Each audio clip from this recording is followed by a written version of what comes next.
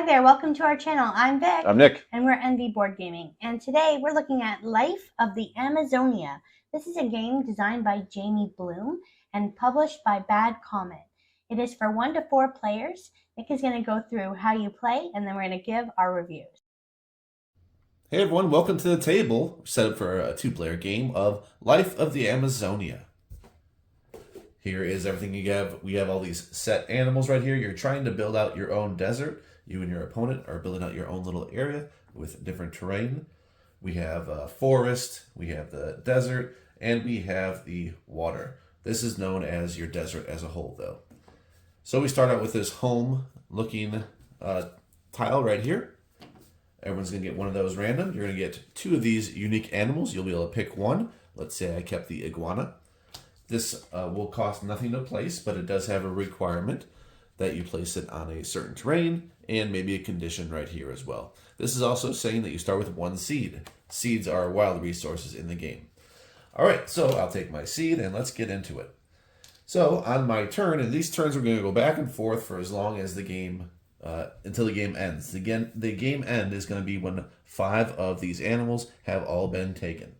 We'll mark that by placing one of these tokens on them. As soon as 5 of these tokens are out on these different animals, that will trigger game end. The other player will get 1 turn, and that'll be it. The player who does trigger game end will get this 5 victory point token right here.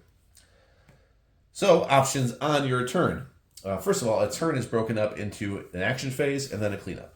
So, we're going to have on our turn, after we take our actions, we're always going to draw 5 tokens out of the bag. We start with 10, and as you can imagine, we're going to build out a different token assembly throughout the game. So I'm going to draw these 5 tokens, and then I'll decide how I'm going to spend these 5 tokens, and that is my turn. So let's go over what the actions are. Some options we have. We could purchase a resource token. So with this, I could spend 3 coins to buy something that's worth 3. So let's say right here, let's say I want some water. Water costs 3, and it's listed on the storage that water costs 3 for a 2 water. So I'll take those 2 water and I'll spend 3 for it, and all of it will go into my little boat here. That is my discard. So that's one option. I can purchase a resource token. Another option is I can purchase a terrain tile. So there are 3 things to purchase on this waterfall right here: a terrain tile, a tree, and a flower bed.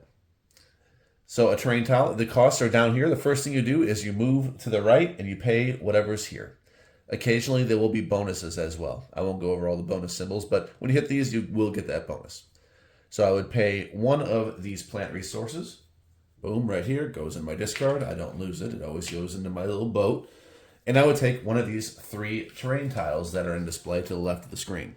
So I would take either one of these and add them to my desert. The configuration, so if I were to do this, if I want to expand my my forest, let's say, I could connect. As long as it connects to 2 hexes, it is legal. All right, so I could take 1 of those. I could take a tree. Again, same concept. You move to the right, and you will spend 1, whatever is here, actually, because it could be more as you go down here. The top is victory points. At the end of the game, you'll get some victory points based on how far you've moved on these tracks. So I could take for 1 of those leaf tokens, I could take a tree and put it on any of the forest areas of my jungle. Same concept with the flower, except it costs water, and you place those in water tiles. Other options. We could purchase a nature card. So nature cards, there are insect cards and there are scenic cards or scenery cards. These scenery cards give you end game points. And these insect cards will give you immediate bonuses, typically. The cost is at the bottom. This one's very expensive because it's very good. So this would cost 10 water, but you will be able to place any large animal. A large animal is any animal that takes up 2 hexes. We'll get the animals here shortly. So these you just discard as you buy them because they're giving you an immediate effect. Like this symbol is a compost. If you spend 3 water, you can compost something, which means eliminate 1 of these tokens, because as the game goes on, obviously you're getting better and better tokens, and you might not want to draw a 1 coin anymore.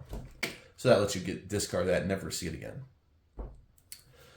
Okay, so those are the 2 things you could buy for nature cards.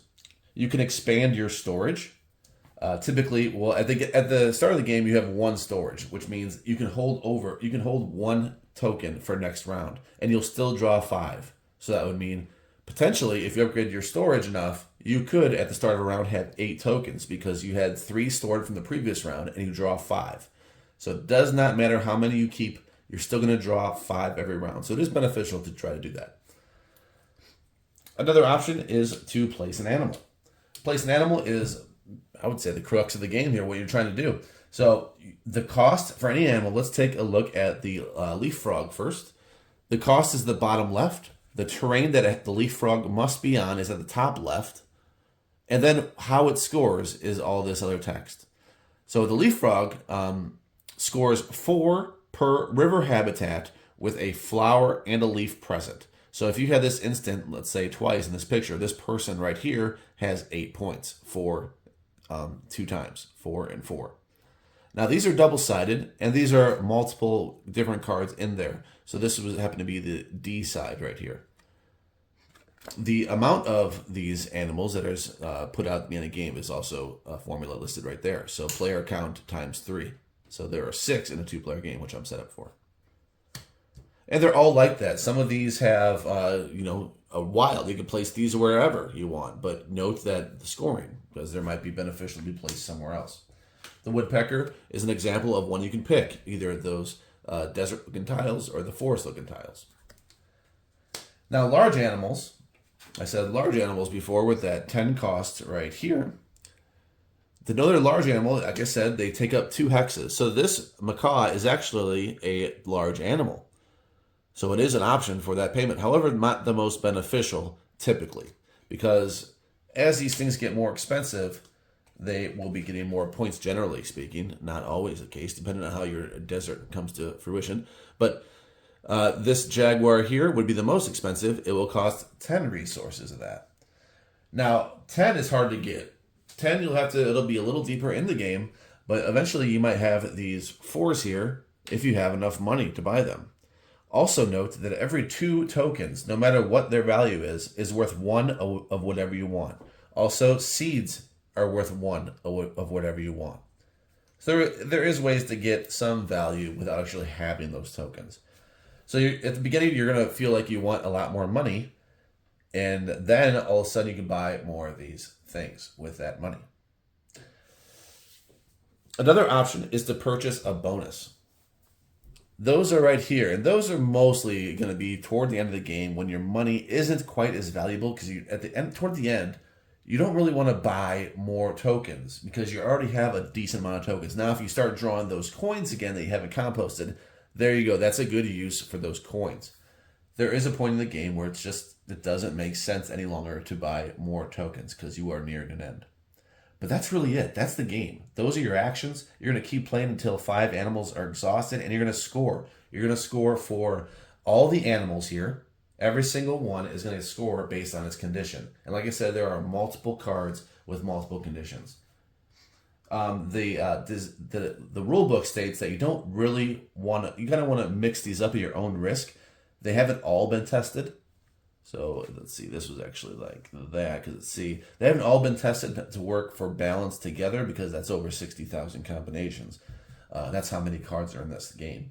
But if you played enough, you can feel free to mix them up, it says. But as you can see, these are all the C that are on here right now. Okay, so we're going to score for all of these animals, one by one. We are going to score for any cards that people collected, these scenic cards right here. We're also going to score, like I mentioned, on this track. All 3 of these tracks have potentially points on them. And it's 1 point per seed and 5 points for the person that ended the game. And there you go. That's how you play Life of the Amazonia. We're going to go back up top and tell you what we think of the game. All right, and we are back. Thank you, Nick, for the great overview of how you play Life of the Amazonia. So this game was our most anticipated game. If you watched our Gen Con anticipated video going into Gen Con, we were pretty high on this one. We were trying to find it. I knew I would like it when I saw that it was a big parrot on the box. Yeah. That really drew me in. What's this? And then, I thought it was a cockatiel meeple, but it's actually a woodpecker, so I learned something. And bird meeples will get me every time. So we saw it presented at Gen Con. We didn't get to sign up to play it, and we thought we could buy it there, but it was not for sale. I get. Just for clarity, Vic does not think the cover is a woodpecker. She's talking about something else. Yeah, no, it's a meeple in there that I know. She knows the macaw. Yeah, I know very well. Yeah, so we saw it set up at Gen Con. We didn't get to play it. We read the rule book though. Nick took a quick look at the actions just so we could better understand the game, because we contemplated, are we going to back it on Kickstarter? But then we were at Grand Con in Grand Rapids, Michigan, just this past weekend, and I saw the frog. And I went, what's that? And it's Life of the Amazonia on the last Sunday. So here we are with Life of the Amazonia in our home. Yeah. So it was really confusing at Gen Con, since it was listed as MSRP $73. Like I could buy it. Mm-hmm. And the fact that we couldn't buy it was odd, and we just saw it being demoed. But yeah, when we saw the cheat sheet, we got to handle the rules very quick. And if you watch the overview, it is a pretty easy teach. Yeah. So we'll jump into it. We'll go to our usual game flow. Yeah. How does this game flow, Vic? I think it flows quite nicely. I mean, you get to do as many actions as you want to do. You can do the same action more than once if you want to. Your actions are all available to you. There's 8. Some of them are pretty similar because you're going to do a waterfall track action, and that's pretty, straightforward.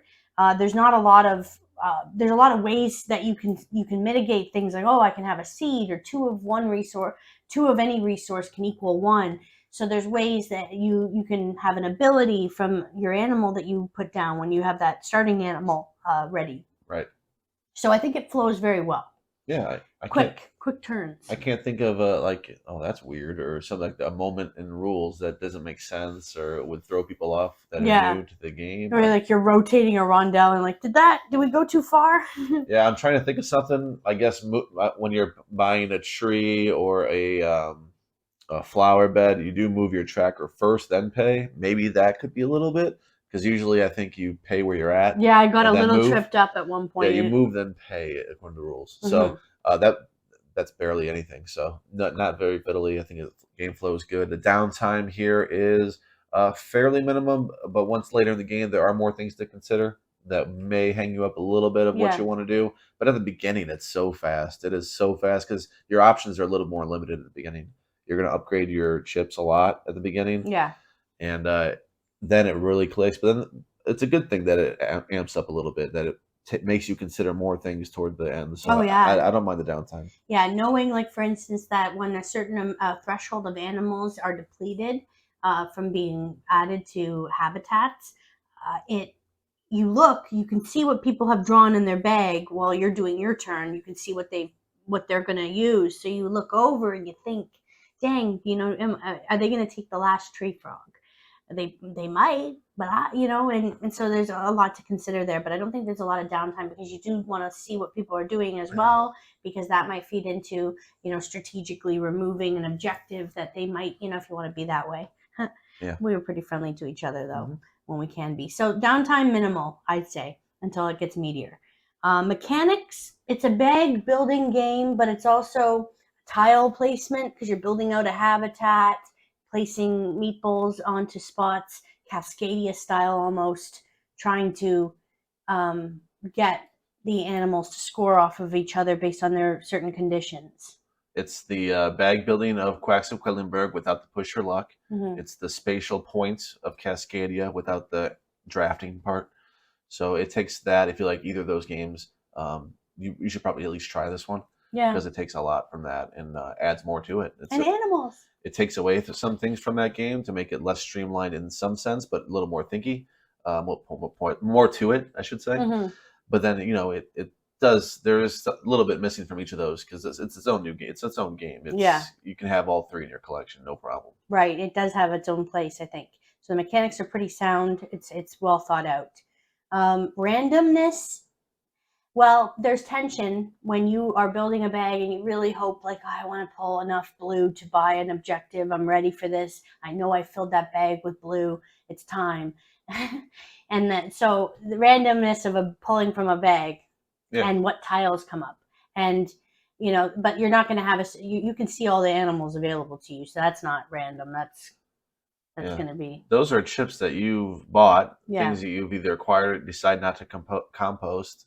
So there is some, of that being your own, like as if it were a deck builder. Yeah. And it's the same luck as a deck builder. A bag builder is the same exact Right. luck to me. Mm-hmm. So not issue. Nope. Replayability. Well, the animals are the same. The meeples are the same. However, the animal scoring criteria are different. It changes up. Although they use the same meeples for the tamarin, the macaw, the tree frog, the jaguar, so on and so forth. The river otter.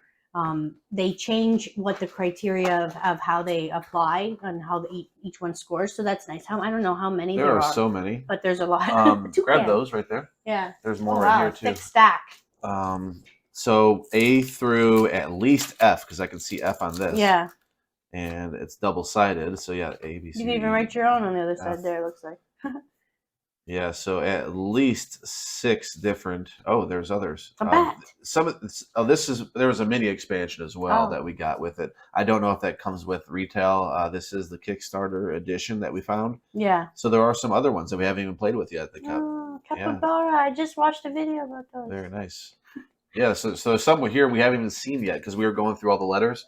We just played C or D, our last one. I think C. And we played a few times, but again, I think the replayability is so strong. You can change the objectives, come out, they replenish. You can choose to discard them, so you don't know what you're going to go for. Like there's just so many different paths to victory, and we've tried a few different. At the end of the day, you're scoring based on where the animals are and what their conditions are, but high replayability. Yeah, and I think I mentioned in the teach that it is recommended to keep the same set, A, B, C, D, like universal, because that's how it was play tested. But if you have mastered the game and want to try different combinations, while the designer can't vouch for it and say it's all perfectly balanced, you can do that to make it even more replayable. Nice. Yeah, so that's high. Scalability, we have played it only at 2. We don't know what the 4 or 2+ or solo experience is like at this time, but I can't see it going sour. No, I think you're fine. I see there was a bunch of different solo in here, so I wouldn't mind trying it solo because it was recommended at 1 and 2 as best. Wow. However, I don't see it being an issue at 3 and 4. I think that's simply just for time's sake. Just boom, boom, back and forth would be great at 2. Yeah. I see no issue at 4. In fact, we're going to play it soon at 4, most likely. Yeah. The theme is going to be easy to capture people. And we're rolling right into table size first, though, before I say theme. The table, the size, the amount of table space, there is a little bit. It's got the preset cardboard chit holders, so it holds your little tokens. They've got some storage things that also act as containers. There's a waterfall that's, your tracks. That takes up a little bit of space, your area for your own place to build out your habitat. That can get pretty expansive. So it does take up a bit of space, I would say. Yep, it is something you're going to need a decent table for. Yeah. The theme, oh my goodness. Well, I started by saying that the bird got me. So I love animals, especially birds, and seeing a big parrot on the cover was enticing. The meeples are so well done. They are nicely detailed, chunky wooden animal. We got the Kickstarter edition, but we don't have like the fully upgraded one. It looks like there's one more step up, I think, for this one, but we really love the theme. Yeah, I think it is similar to Cascadia, really. I don't see much of a difference with it. I guess, I don't know. It's similar to Cascadia to me. If you like the theme of Cascadia, you probably like this one. I guess it has more details because there's text, but the spatial thing is exactly the same. This is what you're doing, and this is why it makes sense. Yeah, I like the wooden animal meeples more than habitats. Tokens. Habitats ones. Those are good. They're similar though. They're similar. That's what I was trying to think of what game it truly was, because Cascadia doesn't have animal meeples. Right, it has tokens. It has wooden, or cardboard tokens for that, right? They're wooden. Okay, they're wooden. Anyway, these are great wooden meeples. Good theme. Table presence. Well, you got a waterfall. Yeah. Everyone loves a waterfall. People go visit those. So yeah, that's about a 10. Table presence, about a 10. It grabs your eye immediately. Everyone's going to want to see all this great art and what's going on. There's a waterfall. There's all the things you can buy. There's trees that falling out. There's nice looking art everywhere. Even the back of these hexes are interesting with the forest tiles. That you flip them over, it kind of looks like you have like a discovery. However, I don't think these are all in all, terribly interesting. These tiles are pretty similar. There's nothing like, whoa, that tile's really cool. Yeah, they have bonuses on them, but they're the same bonuses throughout. But keeps it simple though. Yeah. Components, we've already sort of touched on that. You know how we feel. I think it's pretty good. The cards, the card quality of the objectives and the scene cards are the other. I don't know the name of that, but they're a little on the they're not super thick cards, but they're fine. They're like small little cards. The scenic, the scenery and the insect ones, the nature cards, But good, I would say. These are bad though. Yeah, they're not strong. Yeah, they you would hope to get these. I'm gonna want to get these upgraded. If I like this game at all, these are the first things that get upgraded. Just like if you're playing Quacks, you're gonna want to upgrade. Put them in the things you're using all the time. Those plastic little coin holder that people buy for Quacks. You know, there's those little containers that snap. I don't know if you've seen them, but this has its own solution. We haven't put the game away since we got it, but it does cover up, so it is easy to store. Nice. This. Yeah.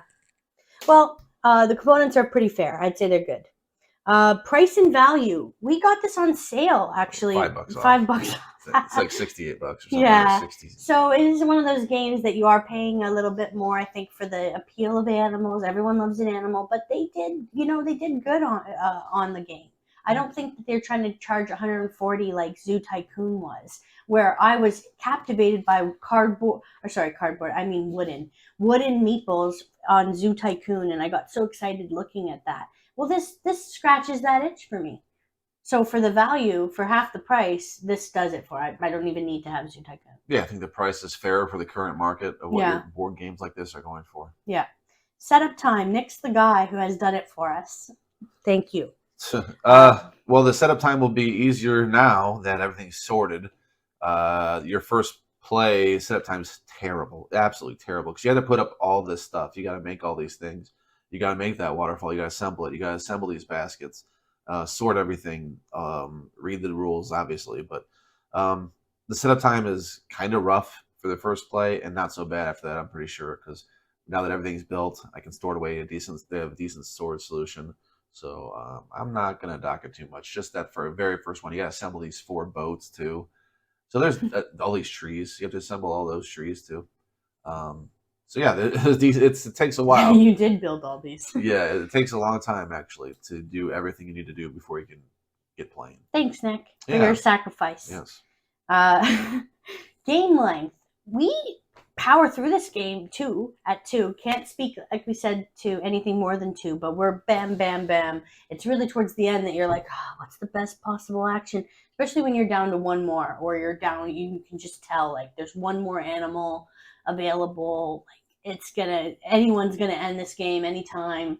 That gets to be when you really want to try to maximize. But we found that in our scoring, we've been very close to each other by like 20 points differences. The first game, I think, you kind of blew me out, but we don't speak of that.